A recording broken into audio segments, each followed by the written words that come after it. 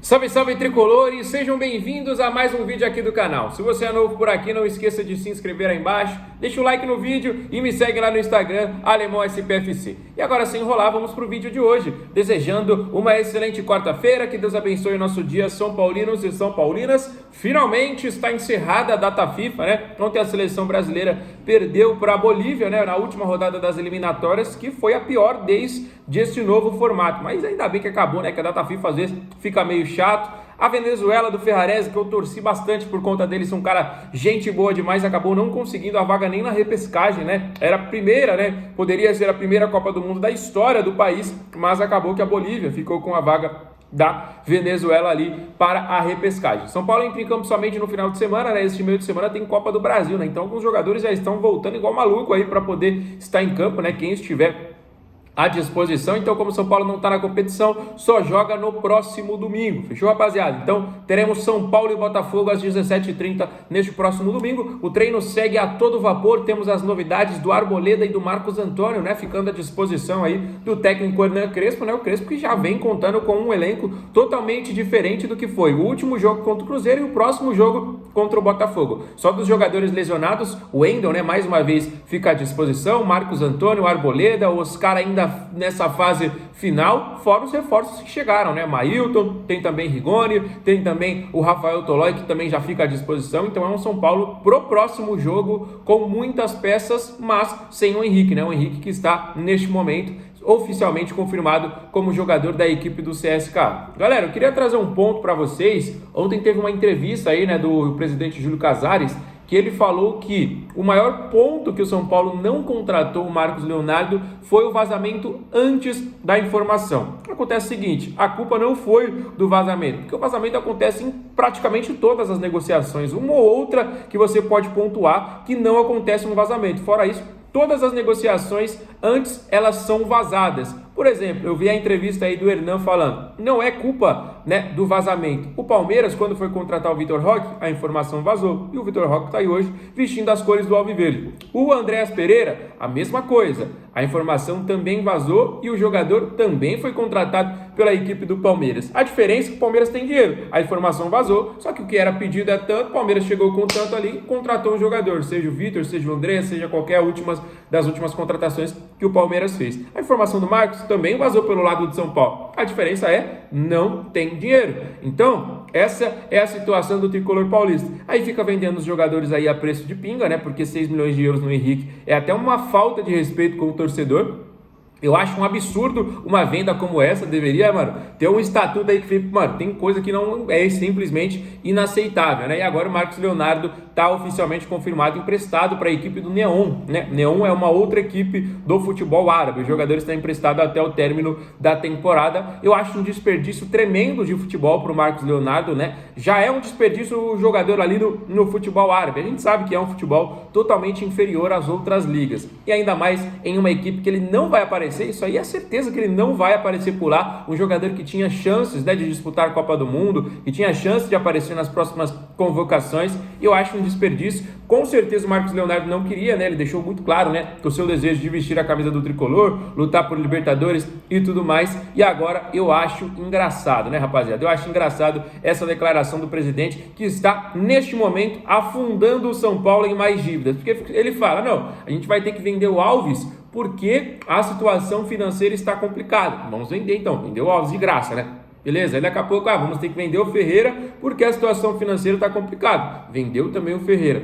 Vamos ter que vender o Henrique porque a situação financeira também está complicada. Aí, no mês de junho, né, de junho para julho, né, alguns jogadores perderam o contrato, como por exemplo o Lisieiro, não conseguiu segurar o Juan Tressoldi, que hoje está no Atlético Mineiro, fora outras peças. Jogadores deixaram o São Paulo, como por exemplo também o Igor Vinícius. Então, jogadores vão deixando, a folha vai sendo enxugada, vai vendendo os jogadores para falar que a folha precisa melhorar, para falar que também as partes financeiras precisam melhorar, e aí acontece tudo isso e as dívidas aumentam. Então, sinceramente, eu acho que cabe aí até uma investigação para saber o que está acontecendo, né? Porque precisa vender, precisa enxugar a folha, precisa aumentar patrocínio, precisa aumentar a receita. Tudo isso acontece. O que precisava ser feito acontece.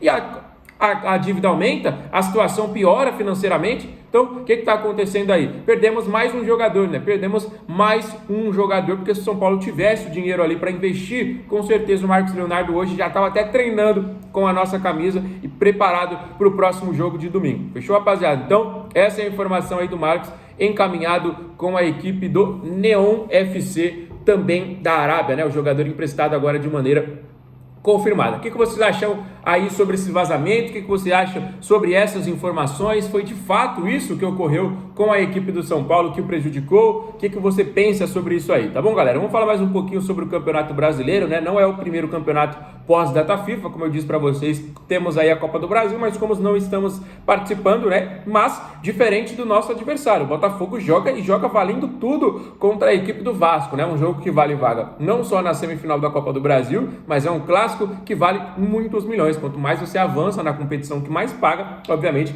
vai entrando um capital realmente absurdo. Seria muito importante para o São Paulo, né? Mas infelizmente nós não estamos na Copa do Brasil nesta fase. Então o Botafogo vai chegar aí com um elenco que jogou hoje uma partida totalmente decisiva, enquanto o São Paulo vem de uma partida de muito tempo atrás, né? São Paulo já vinha aí de algumas semanas de descanso e, como eu falei, com algumas novas peças à disposição do técnico Hernan Crespo. Então, viemos aí de momentos totalmente diferentes. Mas aí depois, São Paulo tem Libertadores pela frente, já o Botafogo descansa, né? Então, praticamente trocou aí a semana de descanso. O Botafogo é uma equipe totalmente forte, nós sabemos disso, né? Hoje é um momento totalmente diferente da história do clube, que ainda é o atual campeão brasileiro, ainda é o atual campeão da Libertadores. Pode falar o que for, que a temporada tá ruim, que perdeu tudo o que disputou, mas ainda é o atual campeão. É um time, né, que é uma SAF. A SAF é isso aí, rapaziada. Vai chegar e vai sair jogador a todo momento. É o investimento que os caras fazem, né? Contratam os jogadores, daqui a 5, 6 meses o jogador já tá vendido,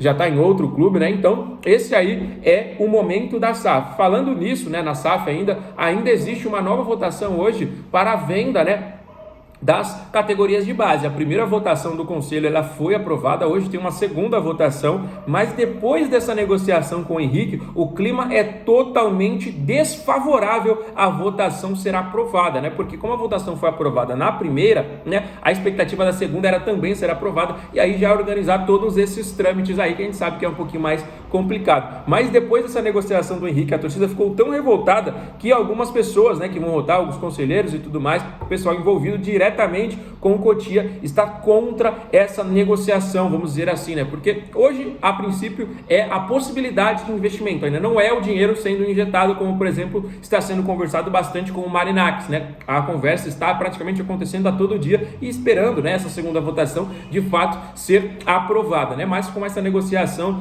todo mundo ficou um pouquinho revoltado e essa negociação pode dar uma melada, galera. Vamos aguardar aí essa segunda votação que acontece nesses próximos momentos, né? Então a gente vai trazer muito mais informações para vocês sobre isso no próximo vídeo. Se de fato for aprovado, deve realmente vir o investimento do Marinakis, bilionário grego, dono de Nottingham Forest, dono do Olympiacos, que vai disputar aí Champions League, entre outros times no mundo, né? Se não der certo, aí não deve acontecer a situação, tá bom, galera? Mas o que deu de errado, vamos dizer assim, foi essa negociação com o Henrique. Tava tudo certo, né? Mas alguns grupos políticos ali, depois disso, acabaram ficando insatisfeitos com a situação e agora vão contra Júlio Casares e a negociação, a votação, pode acontecer de maneira negativa. Fechou, rapaziada? Então, ó, algumas outras informações, muita gente querendo saber, e aí, Alemão, Abubakar, vai chegar, não vai, como é que tá essa situação? Galera, no próximo vídeo a gente vai trazer mais esclarecimentos sobre isso para vocês, tá bom? Nós estamos aguardando aqui uma informação quentíssima, né? Então no próximo vídeo a gente já vai soltar aquela bomba, né? Então já